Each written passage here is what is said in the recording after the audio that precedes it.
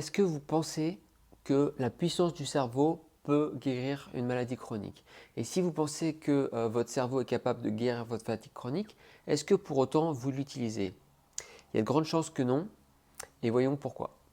Salut, c'est Stéphane. Alors, la puissance du cerveau, pour la majorité d'entre nous, on la connaît, on est convaincu qu'elle existe et qu'elle est efficace, et pourtant on ne l'applique pas. Alors, je vous propose de voir ça ensemble. Et avant de commencer ça, je tiens à clarifier un point. Je ne suis pas en train de dire dans cette vidéo que les maladies ou les fatigues chroniques sont des problèmes psychologiques. Au contraire, je pense que c'est pour la majorité des cas quelque chose de physiologique, mais en plus d'un traitement peut-être existant, je pense que le cerveau peut jouer un rôle très très important, voire capital pour guérir d'une maladie ou d'une fatigue chronique. Euh, voilà, ça peut être en complément d'un traitement existant, utiliser vraiment la puissance du cerveau, l'utiliser pleinement pour guérir et voilà, pour passer à un level supérieur. Alors sur la puissance du cerveau, on a énormément d'articles, on a des livres, on a beaucoup de vidéos sur Internet, on a peut-être même des films qui en parlent. Donc ça, on le sait, la puissance du cerveau, on ne revient pas dessus. C'est quelque chose de vraiment très fort, même si scientifiquement, on a du mal encore à comprendre pourquoi. Euh, donc ça, on le sait, et pourtant, on n'en fait rien. Alors il y a plusieurs raisons à cela. Par exemple, le fait que le contexte soit tellement différent que vous ne pensez pas à l'appliquer pour vous. Si vous avez vu, je ne sais pas, un film où c'était quelqu'un, que c'était un Américain et qu'il était à la plage et qu'il utilisait la puissance du cerveau, bon, bah, vous avez du mal à voir comment vous, ici en France, vous appliqueriez ce même système dans votre petit appartement. Donc la différence de contexte fait que voilà, vous faites pas assez le rapprochement et donc du coup vous n'y allez pas. Ensuite, il y a la flemme. On pense qu'il va falloir méditer 3 heures et qu'il va falloir avoir énormément de discipline. Donc, moi, j'avais vu, par exemple, un documentaire où un type prétendait que, et c'est tout à fait possible que ce soit vrai, qu'il avait médité 3 heures par jour pendant lesquelles il reconstruisait sa colonne vertébrale qui était abîmée et il a fini par récupérer sa colonne vertébrale. Donc, c'est hallucinant.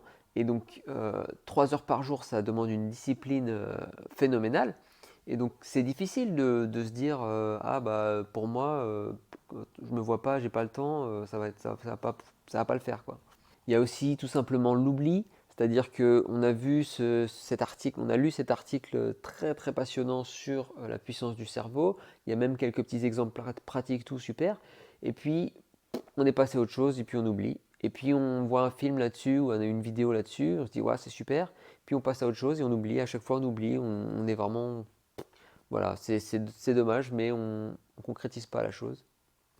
Et puis enfin, il y a le syndrome de la page blanche, c'est-à-dire que on sait qu'il faut faire quelque chose, mais on ne sait pas par où commencer. Est-ce que je commence par méditer? Est-ce que je commence par avoir des pensées positives? Est-ce que je dois les écrire? Est-ce que je dois les dire oralement?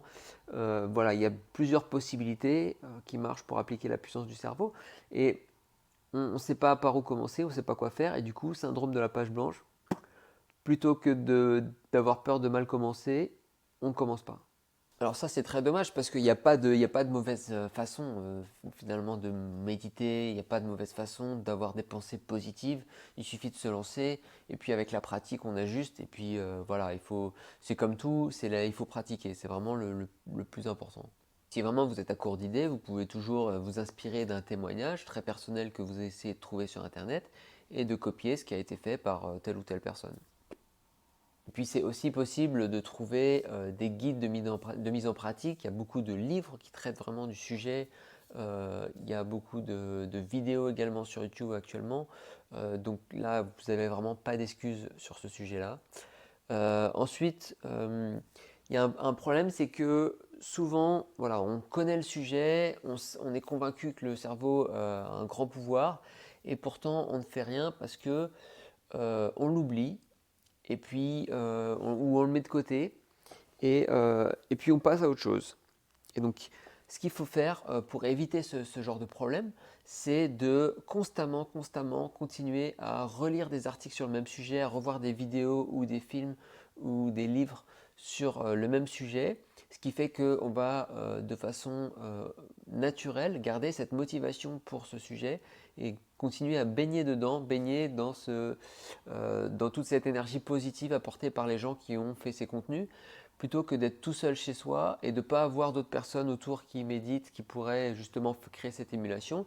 Vous recréez cette émulation tout seul en vous inspirant de tous ces contenus créés par ces gens, voilà, qui ont utilisé l'énergie positive. Donc régulièrement, dès que vous sentez un peu que votre motivation baisse, plutôt que de vous faire violence, vous relisez un article et du coup votre motivation remonte naturellement et donc du coup vous gardez le cap et donc c'est cool. Et puis surtout, vous allez avoir peut-être de nouveaux conseils avec de nouveaux contenus. Vous allez avoir de nouveaux conseils qui vont peut-être plus s'appliquer à votre cas et vous allez peut-être plus vous retrouver dans l'histoire de Jean-Jacques que dans l'histoire de Marie-Josée. Et donc vous allez peut-être mieux la mettre en pratique et avec plus d'effets, plus d'efficacité. Donc c'est aussi l'intérêt voilà, de s'inspirer de nombreux différents contenus. Il y en a qui vous parlent plus que d'autres. Donc dans tous les cas, c'est comme tous les apprentissages, c'est un problème de répétition. Comme à l'école, il y en a qui répètent l'alphabet.